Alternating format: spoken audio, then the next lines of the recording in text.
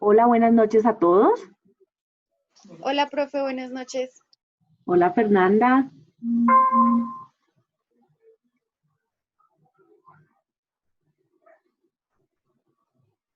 Buenas noches para todos. 6:05 empezamos. Bueno, a ver si tenemos más quórum.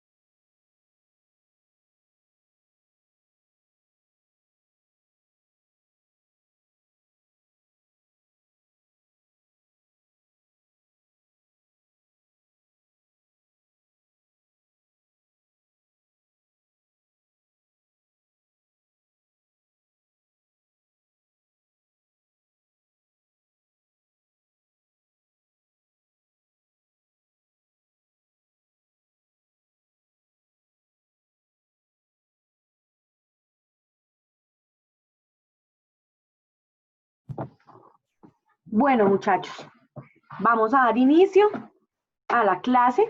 Nuevamente, muy buenas noches para todos, para quienes acaban de llegar. Espero que todos se encuentren súper bien. Quiero decirles que ya las notas están de la actividad para que por favor revisen en cuanto puedan. Después de la clase de hoy voy a dejar el quiz de repaso, incluyendo el tema que vamos a ver hoy. Y finalmente, el otro viernes será la presentación del parcial final. Hoy vamos a entrar de una vez en materia, porque también es un tema largo, pero pues el cual tendremos que acabar ahora. Y es precisamente cómo Colombia se ha venido insertando al contexto global. Y para ello tenemos que analizar precisamente la política exterior, especialmente de los dos gobiernos de Santos, que fue donde hubo mayor actividad en el exterior. Y digamos que todos esos avances y todas esas decisiones que se tomaron en ese momento, pues siguen vigentes a hoy para nuestro país. Entonces, permítanme, por favor, ya comparto las diapositivas. Profe, buenas noches. Sí, buenas noches. Profe, quería hacerle una pregunta. La calificación del taller que usted hizo, digamos, ¿se calificaba 2.5 y 2.5 cada pregunta o no sé cómo se calificaba? Claro, porque son dos preguntas, tal cual. Ok, Eran entiendo. amenazas tradicionales y nuevas amenazas. Vale, muchísimas gracias. Pues es que yo saqué 2.5, entonces pues no Sí, entendía cómo. ahí tiene que estar la retroalimentación de lo que quedó mal. Listo, profe, muchísimas gracias. Pues bueno, no importa. Gracias, profe. Vale. Bueno, muchachos, entonces permítanme, por favor, un momento. A ver, a ver.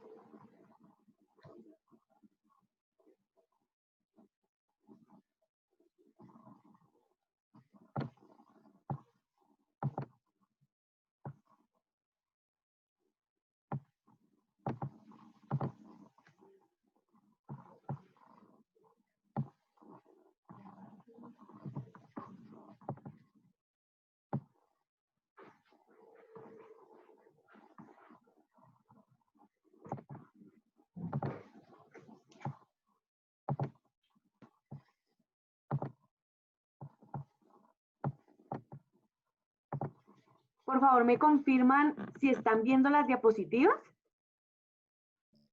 Sí, señora. Sí, profe. Sí, señora, profe. Listo. Perfecto. Bueno, entonces, para poder hablar de contexto global, de la inserción del contexto nacional en el contexto global, lo primero que hay que hacer es revisar precisamente cuál fue la política exterior de los dos gobiernos de Juan Manuel Santos. Y para poder estar todos como hablando el mismo idioma, tenemos que contextualizarnos en primer lugar qué es una política exterior. Entonces, la política exterior, en primer lugar, hay que decir que es un conjunto de decisiones y acciones estatales. ¿Por qué? Porque solamente el gobierno, representado en cabeza del presidente, es quien puede representarnos en el exterior. ¿A través de quién? De él mismo o de su canciller y de los embajadores y consulados que tengamos en otros países. Entonces, como él es jefe de Estado, además de ser jefe de gobierno, pues por eso se dice que todas las decisiones son de carácter público. Se supone que en la formulación del plan de desarrollo, que se hace de forma participativa, ahí se tiene que discutir cómo debería ser la política exterior del país. Entonces, en teoría, digamos que esas decisiones y acciones estatales deben estar consensuadas pues con quienes participan en la formulación del Plan Nacional de Desarrollo. Ahora bien, la política exterior también está basada en unos principios claros, sólidos e inmutables, como lo dice la diapositiva. Principios como el respeto por el derecho internacional público o el derecho internacional privado, un principio como el uso de la diplomacia, o más bien hacer siempre uso de la diplomacia y de la cooperación como ese instrumento que nos permite interrelacionarnos con otros países. También nuestra política exterior debe estar basada en principios de respeto a la soberanía de los demás estados y con un enfoque también de respeto de derechos humanos por los nacionales de otros países. Una política exterior, además de lo que les acabo de mencionar, tiene que establecer unas metas. Es decir, yo no me interrelaciono con el mundo exterior si no, eso no va aunado al cumplimiento de mi plan de desarrollo, a cumplir las metas que yo me propuse en todos los ámbitos: educación, empleo, infraestructura, cultura, bueno. ¿Por qué? Porque lo que yo busco al interrelacionarme con los otros actores del sistema internacional es precisamente que ellos también me cooperen a mí para poder cumplir con lo que me propuse en los 4 años de gobierno. Y además de todo lo anterior, la política exterior también se caracteriza por ser una política interméstica, es decir, no solamente tiene en cuenta las dimensiones domésticas o nacionales, que es lo que acabo de decir anteriormente frente a las metas, sino que también yo me relaciono con el mundo exterior alineándome a uno de los ejes del sistema internacional. En el caso nuestro, nuestra mirada siempre ha sido res pispolum. Res pispolum quiere decir una mirada muy hacia el norte, a Estados Unidos. De hecho, cuando Marco Fidel Suárez, conservador, presidente en la hegemonía conservadora, decía una mirada a la estrella polar, se refería a eso. Y nosotros siempre hemos estado en ese eje. Entonces, nuestra política también va acompasada con los intereses del eje, de ese eje que lidera Estados Unidos. Por eso se dice que es una política interméstica. Dimensión nacional, pero también la dimensión internacional. Y nosotros nos volvemos, digamos, un actor que le colabora a la cabeza de ese eje en el que nos encontramos para también cumplir sus metas en la región y a nivel subregional.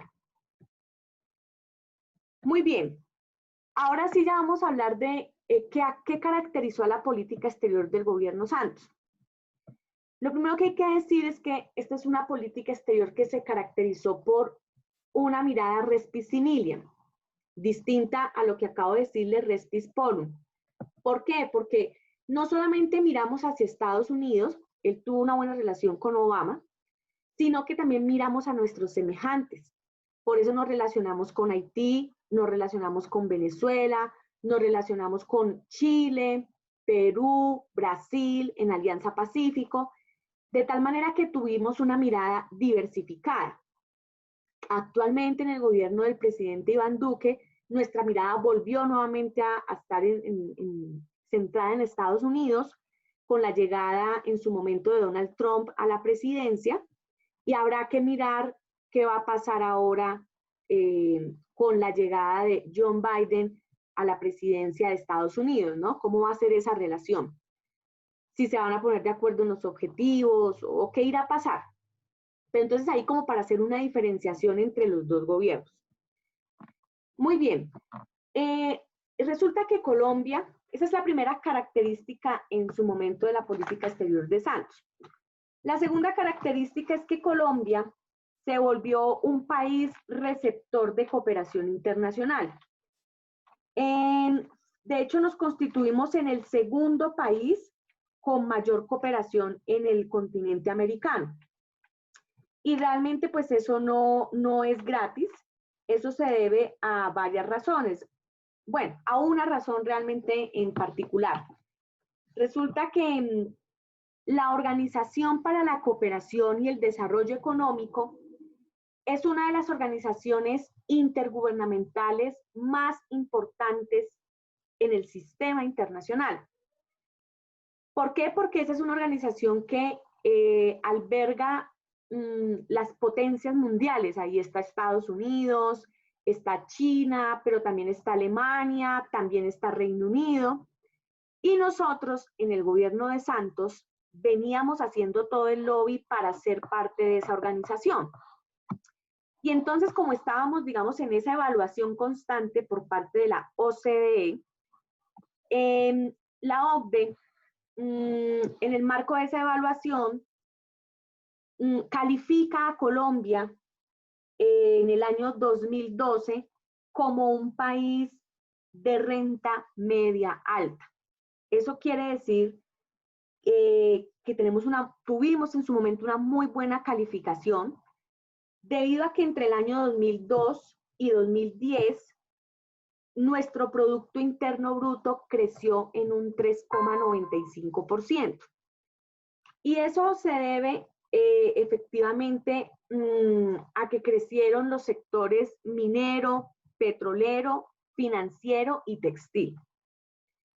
Entonces eso hace que nos volvamos un país confiable para ser receptor de cooperación internacional. Además, porque también veían con muy buenos ojos el que hubiésemos iniciado un proceso de paz con las FARC, porque también para ellos parte de la desconfianza de inversión en el país es ese problema del orden público que no da estabilidad política a las inversiones. Entonces, por eso nos volvimos un país receptor. Ahora volvemos sobre esta diapositiva. Voy a explicarles qué fue lo que recibimos. Entonces resulta que en la implementación del acuerdo de paz, como lo dice la diapositiva, se creó el Fondo Colombia en Paz, que es un fondo que se crea con el objetivo de financiar todo el proceso de paz, desde las actividades preparatorias hasta la implementación del acuerdo y la posterior evaluación. Ese Fondo Colombia en Paz se nutre de recursos del gobierno nacional y se nutre de recursos de la cooperación internacional, de 4 fondos, de 4 subcuentas que ahorita las vamos a ver. Ese es el propósito del Fondo Colombia en Paz. Entonces, veamos lo que dijo en su momento el alto consejero para el posconflicto, en ese momento era Rafael Pardo, quien explica claramente en qué consiste el Fondo Colombia en Paz.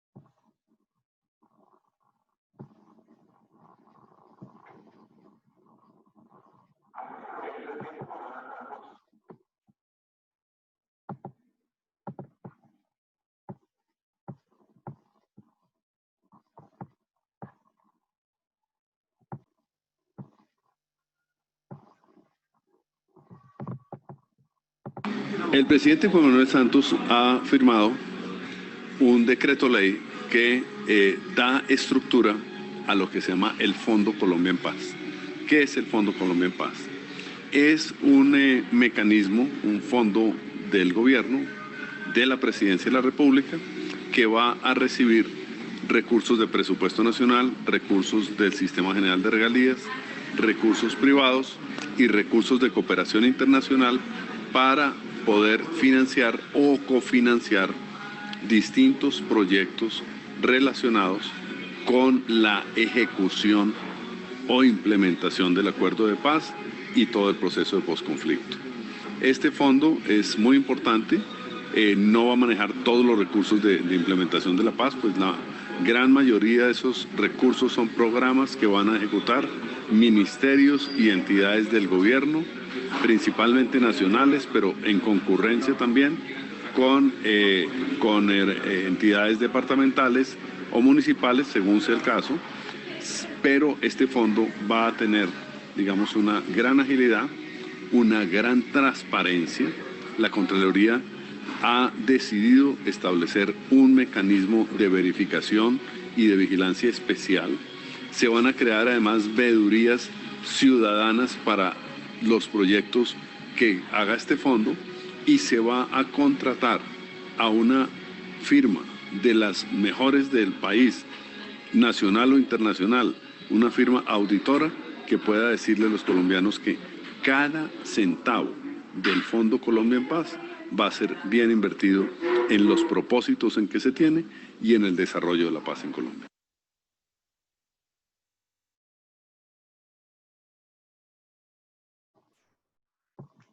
También se me olvidaba decirles que ese fondo es administrado por la Agencia Presidencial para la Cooperación Internacional.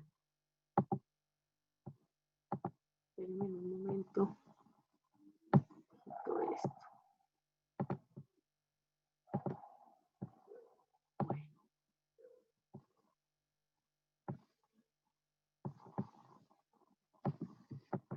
Listo. ¿Pueden ver las diapositivas? Por favor, ¿me confirman? Sí, profe, sí la estamos viendo. Listo. Entonces resulta que ese fondo se nutre de 4 cuentas o 4 fondos internacionales. El primero de ellos es el Fondo Multidonante de las Naciones Unidas para el Postconflicto. Ese fondo nació en el año 2016. Básicamente nace con el fin de financiar proyectos que van dirigidos a 5 ámbitos temáticos: justicia y seguridad, justicia transicional y reconciliación, rehabilitación socioeconómica en los territorios donde hubo mayor presencia del conflicto armado, gobernabilidad y conflictividades. Este me parece muy importante porque ahí lo que se ha venido haciendo es capacitar a los líderes de las zonas rurales para que sean ellos quienes tramiten los conflictos que se originan ahí por la vía del diálogo, por la vía de la utilización de las casas de justicia. Es decir, no se desconoce que el conflicto existe, porque el conflicto es natural a la sociedad, porque todos somos distintos, pero la apuesta sí está en la forma como gestionamos los conflictos. Entonces, digamos que estos son todos los ámbitos en los que Naciones Unidas ha venido trabajando y en toda la estrategia de comunicación de cómo se iba dando las etapas del proceso de paz, explicándole a la ciudadanía, a los colombianos, cómo se iban agotando todas esas etapas del proceso de paz. Aquí también quiero compartir con ustedes un informe, digámoslo así, pero fílmico, sobre la implementación que ha hecho Naciones Unidas pues con los recursos que le han donado a Colombia en la implementación del proceso. Cabe decir que nosotros afianzamos la relación con Naciones Unidas cuando les dijimos que fueran veedores en el desarme, y también cuando les pedimos que anualmente nos visitara un relator de Naciones Unidas para que pues empezara a hacer todo el monitoreo sobre la situación de derechos humanos en Colombia. Entonces, permítanme por favor y ya les comparto el informe.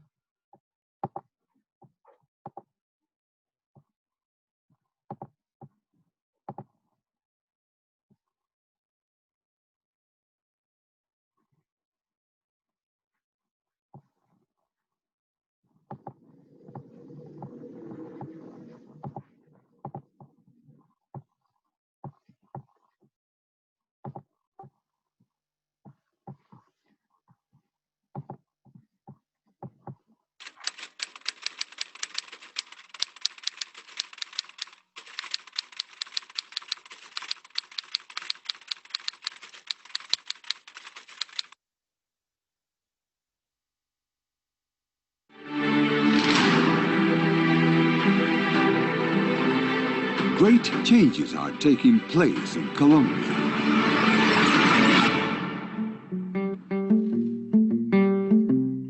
Muchas veces hubo que mandar los estudiantes a casa porque habían conflictos, habían dificultades de acceso al corregimiento. Que en este proceso la mujer ha llevado la peor parte. El campesino tenía temor, era una zozobra constante. Pero en el momento que nos aliamos a Naciones Unidas y a las diferentes entidades que hacen presencia en la zona, de ahí para acá se le ha prestado atención a las comunidades. Yes, indeed. Lots of great changes are taking place in Colombia after peace agreements that put an end to an internal conflict that lasted over half a century. The consolidation of the peace process is possible.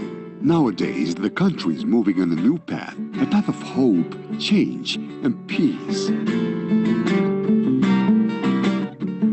Under a government strategy supported by international cooperation, the state of Colombia is now strengthening its presence in historically vulnerable territories with a mechanism such as the United Nations Post-Conflict Multi-Partner Trust Fund for Colombia. It has been possible to establish a rapid response strategy in these prioritized territories. The fund articulates and coordinates initiatives and investment in peace actions between government entities, international cooperation, and the United Nations system in Colombia, in accordance with the priorities established. Entonces, como una de las grandes debilidades era el fortalecimiento del autogobierno propio, le apuntamos a eso. Pedagogía de acuerdo de paz, que ha sido muy nula en nuestro municipio. Lo hicimos también en la parte de defensa de la mujer, enfoque de género. Comenzamos a apuntarle al punto 1, que es la tenencia de la tierra por el campesino. Y ahí en esa reunión vimos a bien los que fuimos de la comunidad focalizar lo que tenía que ver con la escuela. The Presidential Agency for International Cooperation of Colombia, APC Colombia, manages and guides the international cooperation according to the key government priorities defined by institutions such as the High Counselor for Post-Conflict and the Office of the High Commissioner for Peace. Con estos recursos nosotros logramos, además de aportar algo, una semilla para la paz, logramos también fortalecernos nosotros como organización. Entonces, primero ha sido fortalecer esa confianza interna. Lo segundo sería que esa intervención es llevarnos a confiar en que organizadamente podemos hacer muchas cosas. Nos hemos desplazado hasta la comunidad buscando fortalecer y empoderar no solamente a los hombres, sino también a las mujeres en los temas de posconflicto. Muchos niños decían, estas eran las condiciones en las que nosotros merecemos estudiar. This kind of experiences are replicated in most of the regions of Colombia, and they have been pivotal for speeding up stabilization and early peace-building actions, supporting victims nationwide. Esos niños van a ser unos niños empoderados de esa institución educativa, con mejor conocimiento, con sitios de recreación y totalmente alejados de cualquier tipo de conflicto. Eso también hace que el progreso y el desarrollo llegue a nuestro municipio. Indeed, promoting peace and development in the regions is a fundamental task that demands the commitment of nations and cooperation agencies. Now, the main objective is to consolidate peace. The Colombian government and its institutions work tirelessly to ensure that the resources from the international cooperation are invested in peace-building programs for Colombia and its victims. Sentimos esperanza, sentimos un nuevo aire de paz, de reconciliación. Ya la mayoría de los jóvenes se están dedicando a estudiar. Anteriormente no, los estudiantes me decían, profe, ¿para qué voy a estudiar si yo tengo tantas hectáreas de coca? Empezamos a crecer esa idea de empoderamiento, de participación y lucha de la mujer.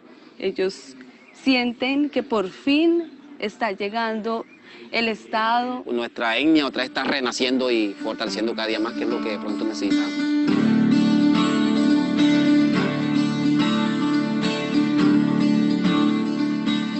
Para mí el posconflicto ideal es que todos los actores hagan parte de él. Con apoyo de todas las organizaciones, hemos estado ahí para apoyar todos los procesos, porque le apostamos a la paz. Preguntan, profe, ¿quién hizo este colegio? ¿Qué hacemos para agradecerle a esas personas? Thanks to all the donors and to the countless government actions financed by these valuable resources, great changes are taking place in Colombia. Let's work together to make peace possible. Yo estudio en el Colegio Sagrado Corazón de Jesús y estoy feliz.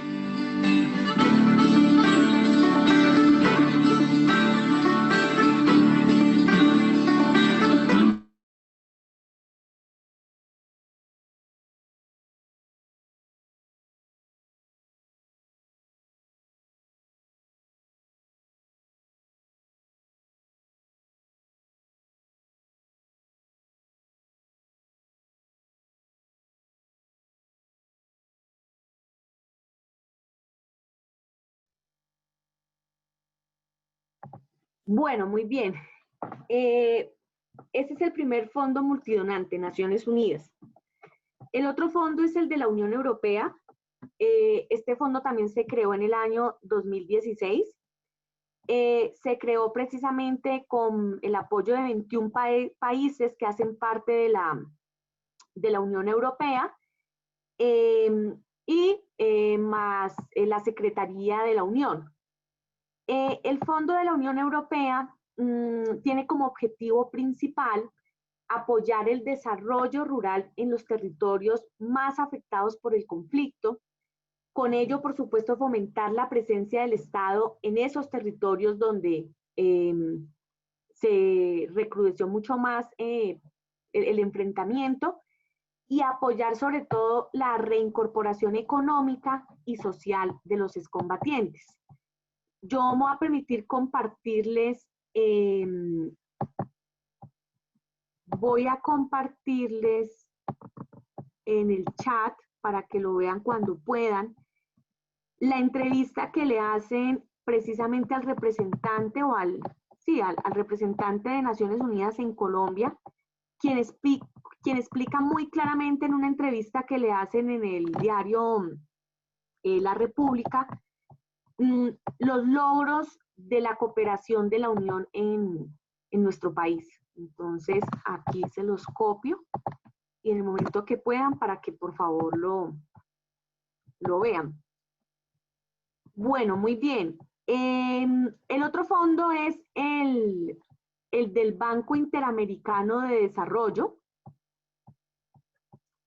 El Banco Interamericano de Desarrollo, bueno, el Banco Mundial. Vamos antes con el del Banco Mundial. El del Banco Mundial se crea inclusive un poco antes. Este es un fondo que se crea en el año 2014. El Banco Mundial, bueno, es un fondo que se llama Fondo Multidonante del Banco Mundial para la Paz y el Postconflicto. Básicamente lo que hace es apoyar claramente las actividades preparatorias o la fase inicial del proceso de paz y apoyar toda la institucionalidad es decir, se compromete un recurso con el fin de apoyar la creación de esa nueva institucionalidad que se iba a dar a propósito pues del posconflicto. Entonces digamos que ese fue el objetivo de intervención del Fondo del Banco Mundial en el proceso de paz. El otro es Fondo Colombia Sostenible del Banco Interamericano de Desarrollo. En ese momento el presidente del BID era Luis Alberto Moreno, colombiano. Eso nos ayudó muchísimo. Y el BID básicamente enfocó todos sus esfuerzos en apoyar proyectos que maximizaran el medio ambiente. ¿En dónde? En las zonas donde hubo mayor incidencia del conflicto armado, con el ánimo precisamente de ir superando la pobreza rural y de ir mitigando la deforestación y todos los efectos del cambio climático en estas zonas de mayor conflictividad. El día que se suscribió digamos como el convenio de cooperación, también se firmó una declaración conjunta por parte de los gobiernos de Colombia, Noruega, Alemania y el Reino Unido, en donde se comprometieron los países a reducir la deforestación y a promover el desarrollo sostenible en Colombia. Aquí también quiero mostrarles una entrevista que le hicieron en ese momento a Luis Alberto Moreno, quien era el presidente del BID, sobre pues, la llegada de este fondo a Colombia en el marco del proceso de paz.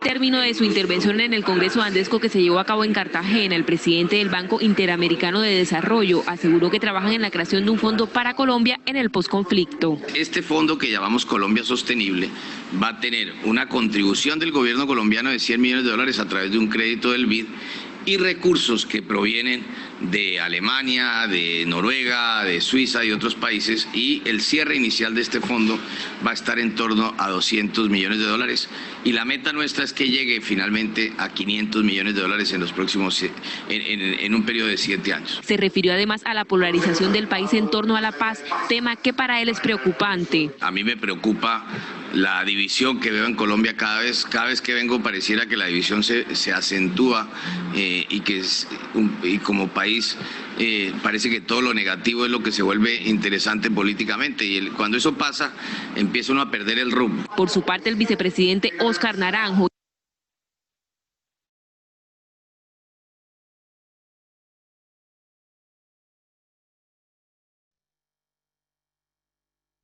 Bueno, entonces, por eso hemos sido un país receptor de cooperación y valga la pena decirlo, es una cooperación que todavía está llegando al país. Esta cooperación, vuelvo y repito, la maneja la Agencia Presidencial para la Cooperación, por supuesto de la mano de la Alta Consejería para el Postconflicto. En este momento el alto consejero es el doctor Emilio Archila. Esto pues como primera característica. Aquí me voy a devolver. La segunda característica de nuestra inserción en el sistema, en el contexto global, ha sido que nosotros fuimos en ese momento un país donante en la relación norte-sur. Básicamente, ¿con quiénes? Con Haití y asumiendo la presidencia de la UNASUR. Con Haití, recuerden ustedes que ellos sufrieron un terremoto devastador. Colombia fue de los primeros países que llegó con ayuda humanitaria en buques de la Armada Nacional.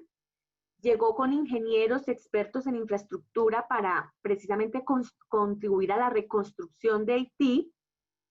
Y digamos que esto es como lo más importante que hay que decir. Colombia lideró en una de las asambleas de Naciones Unidas la presencia policial de la ONU en Haití. Eso se llama la misión de estabilización de la ONU en Haití.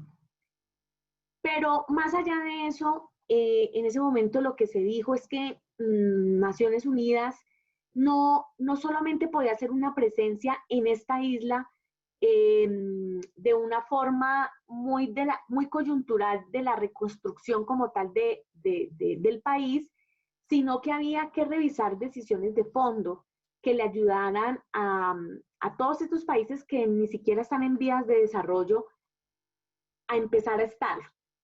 Y digamos que eso nos dio un liderazgo importante, sobre todo en el tema Haití. La otra forma en la que nosotros donamos cooperación fue asumiendo la presidencia de UNASUR. Recuerden ustedes que en ese momento asume la presidencia el expresidente Ernesto Samper, y el objetivo de asumir esa presidencia fue revitalizar el papel hemisférico de Colombia en el ámbito subregional, pues precisamente por esa polarización en la que nos encontrábamos y en la que todavía nos encontramos. Pues eso es lo que motiva a que asumamos la presidencia de UNASUR. Después salimos de ella por unas diferencias políticas entre Santos y Nicolás Maduro, y a hoy pues estamos absolutamente retirados y más lejos que antes. La otra forma de insertarnos, entonces digamos que hay una inserción a nivel regional y subregional. La otra forma de inserción ha sido reafirmando nuestro papel en espacios de diálogo político multilateral. Es decir, somos parte de una buena cantidad de organizaciones intergubernamentales. En primer lugar, pues somos miembros de la ONU, pero entonces aquí lo que hay que decir es que la relación se fortaleció porque nosotros invitamos, como se los había dicho, a la ONU a que tuviera también un papel protagónico en el marco del proceso de paz, no solamente como veedor, sino también como acompañamiento en la implementación del mismo, y por eso es que nosotros vemos anualmente un relator que hace un informe sobre cómo van los derechos humanos en Colombia.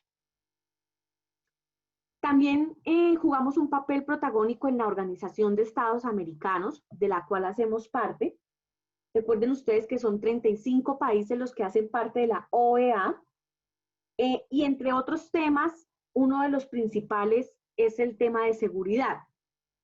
Nosotros dimos la discusión en ese momento de la necesidad de que se empezara a hablar de un concepto de seguridad humana, que fue lo que vimos las clases pasadas, de tal forma que se entendiera que la seguridad iba más allá de lo militar, y que si nosotros no garantizábamos condiciones de vida a los nacionales de cada país, pues eso se volvía un factor de inseguridad para el sistema internacional. También hicimos parte de la UNASUR, pues que ya les expliqué cuál fue el objetivo de ser parte de esta organización subregional. También reafirmamos nuestro papel en la Comunidad Andina de Naciones. Esta comunidad andina tiene propósitos económicos, pero también, digamos, se han como interesado en el tema de una política migratoria. Y nosotros ahí también lideramos una discusión importante porque sentamos la necesidad de plantearnos una política migratoria a nivel regional, precisamente teniendo en cuenta que el tema de la migración venezolana, la situación de los migrantes venezolanos, era una situación que no solamente le incumbe a Colombia, sino a todos los países de la región. Entonces, digamos que allí se inició la discusión sobre esta política migratoria que le diera un mejor manejo a los migrantes, con el ánimo también de garantizarles derechos humanos. También hacemos parte de la Asociación de Estados del Caribe. Básicamente es una asociación que integra a los países de la zona del Mar Caribe, porque pues compartimos ese espacio económico. Y el tema ahí siempre fue cómo lograr promover un desarrollo sustentable, preservando el mar, pero haciendo también la explotación económica de vida. Entonces, somos parte de la AEC. Y también empezamos a buscar espacios de diálogo nuevos, como la OCDE, que se las había mencionado en un principio, que es la Organización para el Desarrollo, es la Organización de Cooperación de Desarrollo Económico. Esa organización es súper importante, les estaba diciendo, por los miembros que hacen parte de la misma, Estados Unidos, Alemania, Reino Unido, China, de tal manera que allí se ejerce un gobierno corporativo. Esta organización tiene como fin promover la implementación de las mejores políticas públicas en el país, en cada uno de los países, y por eso se dice que es pues prácticamente un privilegio estar ahí, porque se supone que ahí están los que mejor gobiernan. La idea es que ellos nos asesoran en cómo formular política pública para aumentar empleo, para generar desarrollo sostenible con el medio ambiente, para lograr altos niveles, índices económicos, para mejorar la educación. De hecho, ellos son los autores de las pruebas PISA. Bueno, en fin, en ciencia y tecnología hay muchos temas en los cuales la OCDE nos asesora. El gobierno Santos hizo todo el lobby para poder ingresar ahí, y el lobby significó tomar una serie de decisiones, como por ejemplo que los ministros del despacho no pudieran ser parte de juntas directivas de las empresas del Estado, porque allá había como una incompatibilidad de intereses. El que en Colombia se llevara la reforma tributaria que dejó aprobando Santos, donde pasó el IVA del 15 al 19, el pago por el uso de las bolsas plásticas para desestimular el uso de esas mismas. Bueno, muchas reformas, unas cuestionables, otras loables. Y aquí también quiero compartir con ustedes lo que dijo en su momento el director de planeación del gobierno Santos frente al ingreso de Colombia a la OCDE.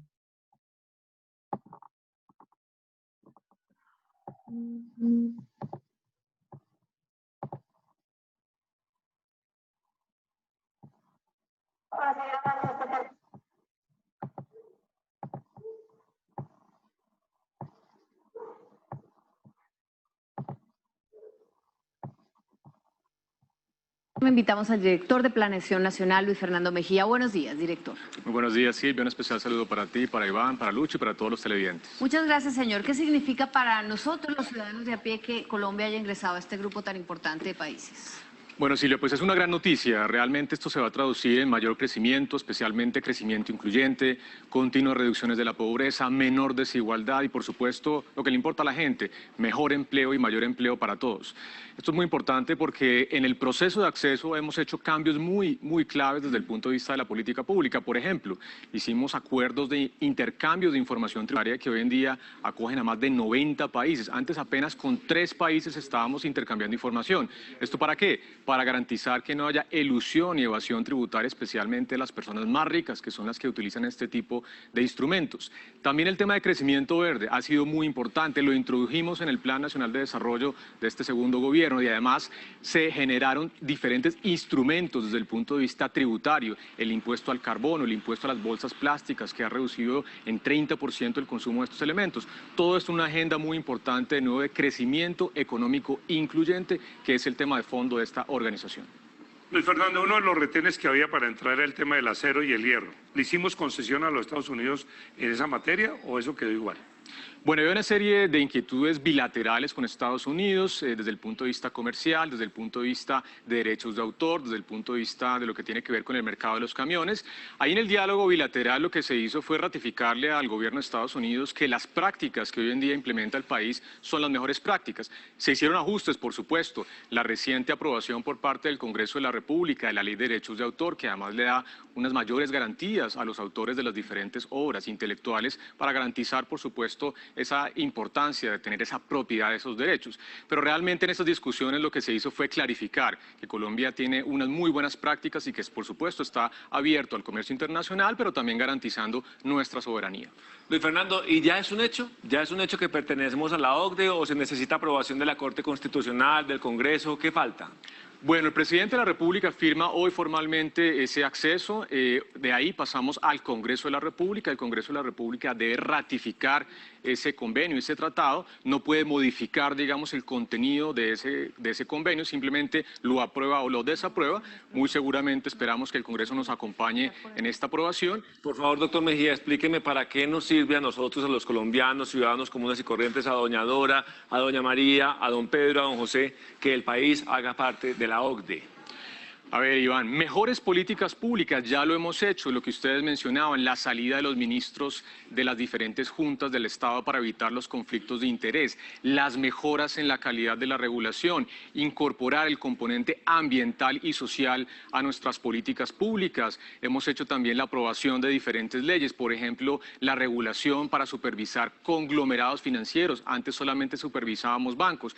Una serie de medidas muy importantes que todas se van a traducir en mejor crecimiento, mayor crecimiento económico, especialmente mejor calidad del empleo. Y ya que está aquí Lucho, y él fue ministro de Trabajo, un tema muy importante en la OCDE ha sido la protección de los derechos laborales, cómo el ministerio debe fortalecer su capacidad de vigilancia, los inspectores laborales, garantizar la protección de los derechos sindicales, y esto hace parte fundamental de estas políticas públicas de garantizar bienestar, especialmente para todos los trabajadores. Me cambio de tercio. Metro. Lo de ayer es ya prácticamente.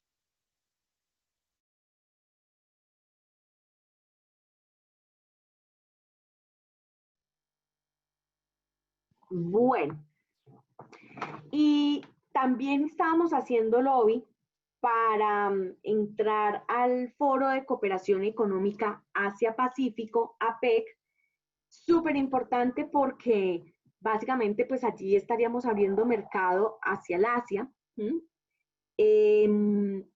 Esta es una organización que alberga 21 países, que concentra inclusive el 56% de la producción mundial.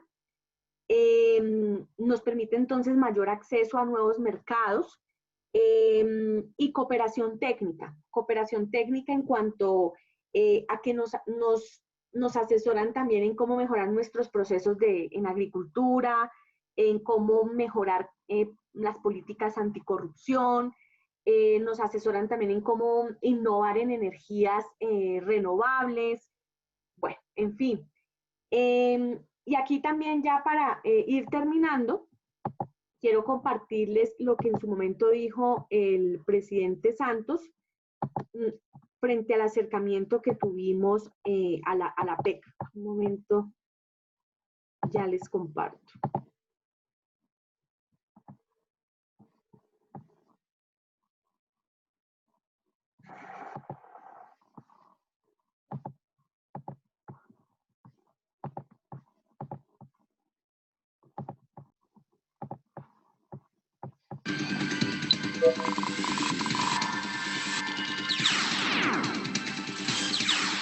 Hola, bienvenidos al sistema informativo del gobierno.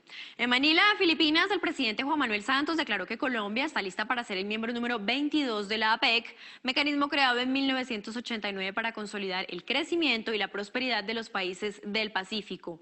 Colombia busca desde hace 2 décadas su inserción en la cuenca del Pacífico, región que concentra más de la mitad del PIB y casi la mitad del comercio del mundo. En medio de la cumbre que fue realizada el pasado mes de noviembre, el jefe de Estado colombiano se reunió con empresarios y con los mandatarios de varios de los 21 países de APEC, a quienes presentó las ventajas de invertir en Colombia, que aumentarán sustancialmente cuando se logre la paz. Colombia es el único país invitado que no es miembro de APEC, cosa que nos honra muchísimo. Nosotros hemos querido entrar a ser parte oficial de APEC desde hace mucho tiempo, y el hecho de que nos hayan invitado a esta cumbre pues nos da una señal muy positiva de que cuando se levante la moratoria, efectivamente Colombia podrá ser parte oficial de APEC. Durante su estadía en la capital filipina, el presidente Santos tuvo encuentros bilaterales con los presidentes de Filipinas, Estados Unidos, China, Chile y Vietnam. El presidente de China, ahí le pedimos específicamente apoyo para el mandato que el Consejo de Seguridad debe dar para monitorear y verificar el cese al fuego. Me dijo que haría todo lo que fuera necesario para que ese mandato se diera. También se reunió con los primeros ministros de la Federación Rusa, Nueva Zelanda, Tailandia, Malasia y Singapur. Asimismo, el presidente de Colombia asistió a la cumbre de APEC, donde lideró un panel sobre la innovación y el emprendimiento. Además, encabezó un encuentro con 70 empresarios asiáticos para analizar oportunidades de negocios en Colombia. Tenemos un atractivo, unas reglas muy atractivas, un entorno muy atractivo con el fin de estimular la inversión extranjera. ¿En qué sectores? En cualquier sector, en todos. Tenemos inversiones extranjeras en nuestros petróleo, carbón, sectores minerales que son tradicionales, pero también en nuevos sectores industriales, tecnológicos, sectores en los que nosotros estamos recibiendo a inversores extranjeros. Parte central de la visita presidencial a Filipinas la ocupó el proceso de paz que se desarrolla en Colombia. En Manila, el presidente participó en un diálogo sobre experiencias del proceso de paz con la consejera presidencial para el proceso de paz, Teresita Quintos Deles, y la presidenta del panel negociador del gobierno para las conversaciones con el Frente Moro de Liberación Islámica, Miriam Coronel Ferrer. Al terminar la visita al país del sudeste asiático, el presidente Juan Manuel Santos obtuvo el apoyo unánime de los 5 países miembros del Consejo de Seguridad de la Organización de las Naciones Unidas, ONU, para que ese organismo emita un mandato necesario para monitorear y verificar el cese bilateral del fuego definitivo entre el gobierno y las FARC. Y hablamos con Francia, y hablamos con Inglaterra, hablamos con China, Estados Unidos y Rusia, para tener los 5 miembros permanentes. Hablamos también con España, yo hablé con el presidente Rajoy, que es miembro del Consejo de Seguridad, dio su total apoyo, y esto va pues viento en popa, esperando a que podamos acordar con las FARC, dar el mensaje a Naciones Unidas para que Naciones Unidas inicie el proceso. El mandatario habló con los presidentes de Estados Unidos y China y con el primer ministro de Rusia, en tanto que se comunicó con los gobiernos del Reino Unido y de Francia para concretar ese respaldo. El presidente del gobierno español, Mariano Rajoy, se sumó al apoyo. La ampliación de esta noticia en nuestra página web www.presidencia.gov.co.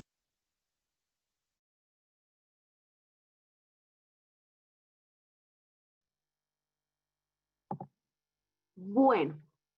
Y entonces, pues ya a manera de conclusión decir que, pues básicamente tenemos un multilateralismo importante del cual hacemos parte en el gobierno, en el contexto global, que en realidad pues aumentó el reconocimiento de Colombia a nivel internacional. Digamos que Colombia se volvió también un referente muy importante para hablar sobre su experiencia frente al proceso de paz con las FARC, debido a que pues no muchos países son ajenos a sus conflictos internos. En su momento pues aumentó el grado de confianza inversionista en el país y logramos también en ese momento, antes de todo esto que pasara, ascender al grupo de economías más industrializadas dentro del contexto global. Eso sería todo, muchachos. No sé si tengan alguna pregunta con respecto a este tema, inquietud.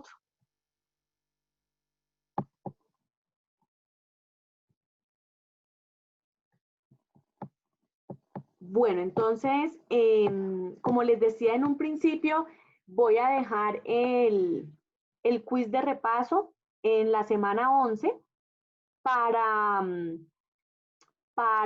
que por favor pues estén pendientes. Espero dejarlo mañana. Yo les envío la notificación con nuestra monitora. Esa sería la segunda actividad complementaria, y el parcial que lo tendríamos, Dios mediante, en 8 días. Nos vemos aquí a las 6 de la tarde para, como siempre, dar las orientaciones al respecto, y con eso pues ya culminaríamos básicamente lo que se refiere a la asignatura. Bueno, muchas gracias a todos, gracias por su atención, que tengan un buen fin de semana y nos vemos en 8 días. Un abrazo para todos. Gracias, profe. Gracias, profe. Vale, profe, Gracias, muchas profe. gracias. Buenas noches. Gracias, lo mismo.